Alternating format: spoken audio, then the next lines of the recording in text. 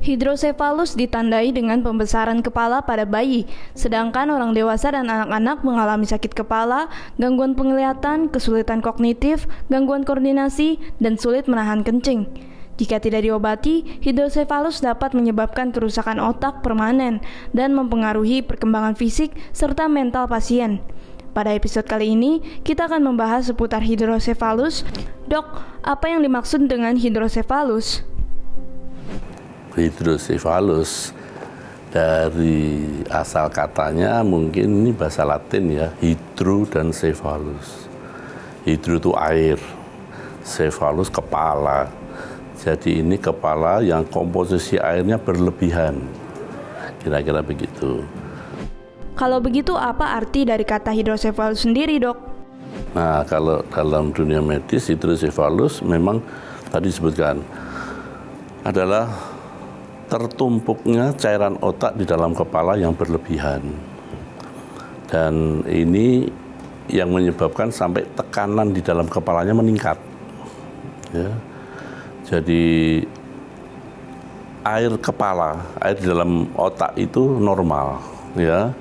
Jadi istilahnya dia memang melindungi otak dan juga jalur untuk ya memberikan nutrisi atau perlindungan pada otak itu sendiri. Tapi karena ada beberapa penyebab yang akhirnya menyebabkan tertumpuknya cairan otak itu secara berlebihan sehingga menyebabkan tekanan di dalam kepala itu meningkat. Jadi secara umum hidrosefalus itu terjadi kelebihan produksi dan terjadi kekurangan penyerapan dari cairan otak itu sendiri. Kemudian, Dok, penyebab hidrosefalus itu sebenarnya apa? Banyak ya. Penyebab hidrosefalus itu mulai dari dibawa dari lahir ya. Jadi mungkin ada kelainan pertumbuhan dari jaringan tubuh itu sendiri. Ada juga oleh penyebab lain, misalkan si bayi ini mengalami penyakit, misalkan ada infeksi ya, yang sering terjadi itu adalah TORCH. Jadi karena infeksi itu virus beredar di dalam tubuh ibu, dia cari tempat yang nyaman buat dia makan atau tinggal.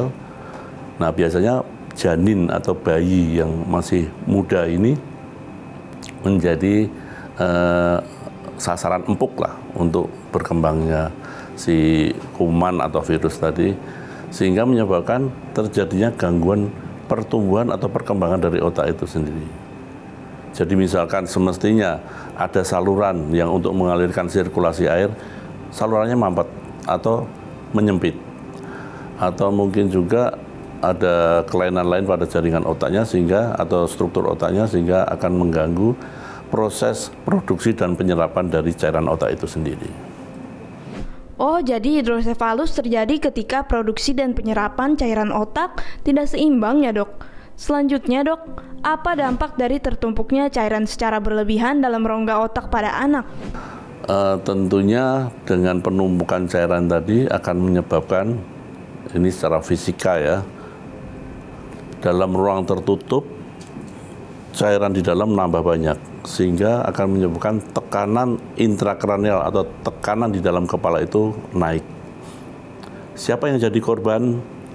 Sel otak atau pertumbuhan dari sel-sel otak itu terganggu karena dia seperti kayak halnya kecepit. Jadi otaknya itu kecepit oleh airnya sendiri. Nah itu dampaknya luas. Akhirnya nanti akan terjadi gangguan perkembangan lalu gangguan pertumbuhan dari sel otak itu sendiri. Otomatis fungsi-fungsi dari sel otak itu juga akan terganggu. Misalkan dia mengalami penekanan di korteks, motorik atau apa, ya anaknya jadi mungkin lumpuh atau lemas ya. Terus kemudian kalau terjadi sampai ada bagian-bagian otak tertentu yang terus akhirnya karena tertekan tadi nggak tumbuh, nah itu nanti tergantung dari fungsi otak yang mana yang sesuai dengan fungsinya dari otak itu.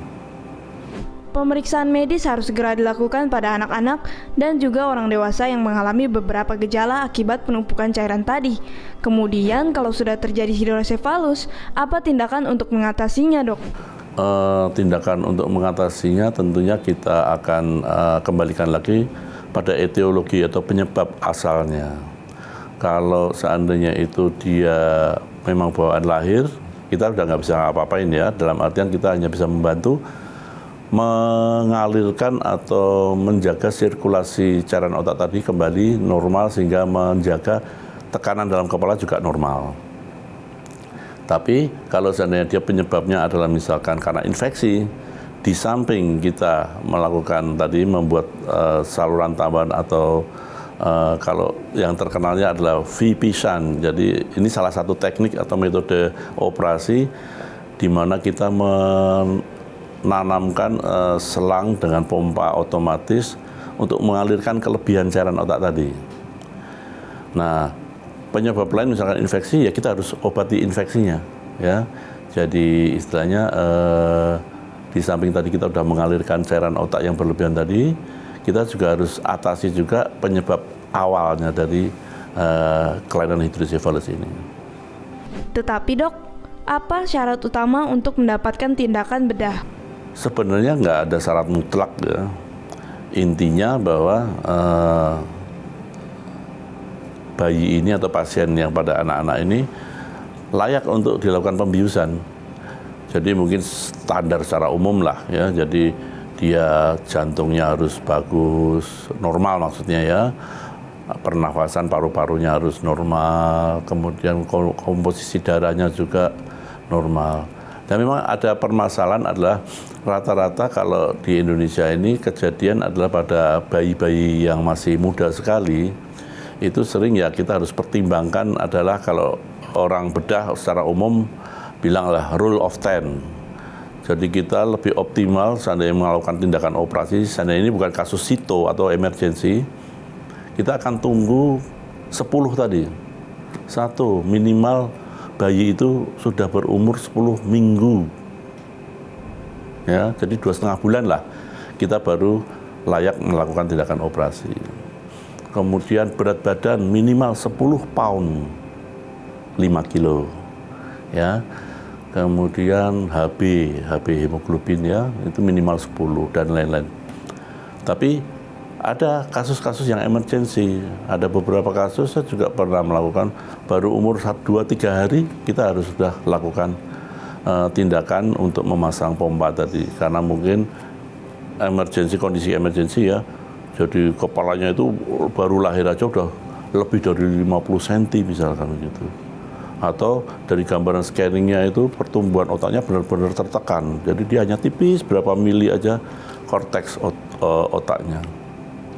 Nah, itu yang kadang-kadang perlu tindakan lebih awal, lebih dini daripada aturan-aturan umum yang mesti kita patuhi. Lalu dok, bagaimana kita tahu tindakan itu berhasil atau tidak? Kembali lagi, gejala yang muncul pada hidrosefalus tadi apa? Kepala yang membesar. Gitu. Tadi mungkin saya akan menambahkan dari ulasan Dr. Diki.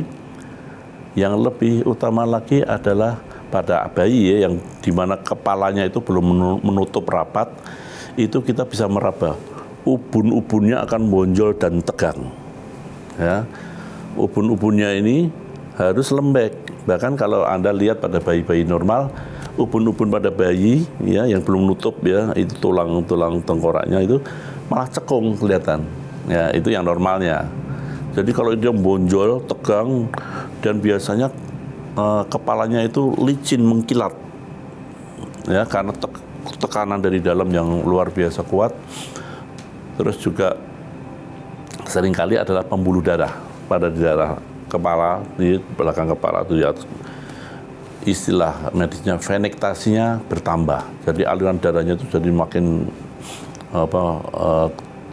kelihatan jelas. Gitu. Ya, dan banyak lagi tanda-tanda yang mungkin bisa dikonsultasikan ke dokter. Tapi ini secara umum yang orang awam perlu mengetahui adalah tadi. Ya. Nah biasanya setelah dilakukan pemasangan alat tadi, itu lambat laun ketegangan pada ubun-ubun tadi juga akan mulai surut berkurang. Dia sudah mulai lembek, ya lama-lama sudah mulai cekung dan nanti akan berlanjut bahwa penutupan tengkoraknya juga akan sempurna. Soalnya kalau dia belum mau nutup, dia masih tegangan tinggi, itu kepala makin tambah gede terus, ya dari ukuran normal ya, dari ukuran normal bayi atau anak-anak pada umumnya. Kemudian, apakah kondisi ini hanya menyerang bayi atau anak-anak saja, Dok? Atau mungkinkah hidrosefalus dialami oleh orang tua? Tidak, bisa pada orang dewasa. Ya, jadi ada beberapa kasus yang menjadi penyebab itu, diantaranya ya ada yang disebut NPH, non-pressure hydrocephalus, di mana pada orang tua pun mungkin sudah ada perubahan ya struktur dari otaknya mengalami gangguan tadi, proses penyerapan atau mungkin produksinya. Terus kemudian juga karena faktor trauma bisa. Orang trauma kepala, jatuh, kemudian ada perdarahan, yang mungkin perdarahannya mungkin hanya ringan-ringan saja. Itu menyebabkan darah itu mengotori saluran cairan otak. Di mana kalau darah mengotori di situ, akhirnya cairan otaknya tidak jernih, tidak mudah lagi untuk sirkulasi, sehingga akan terjadi mampet atau tersumbat, numpuk hidrosefalus.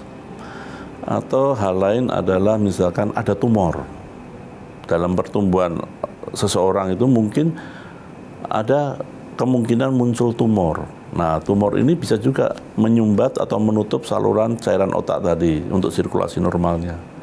Atau mungkin bahkan dia langsung menekan di saluran-saluran yang ada di otak. Nah, itu akan menyebabkan hidrosefalus.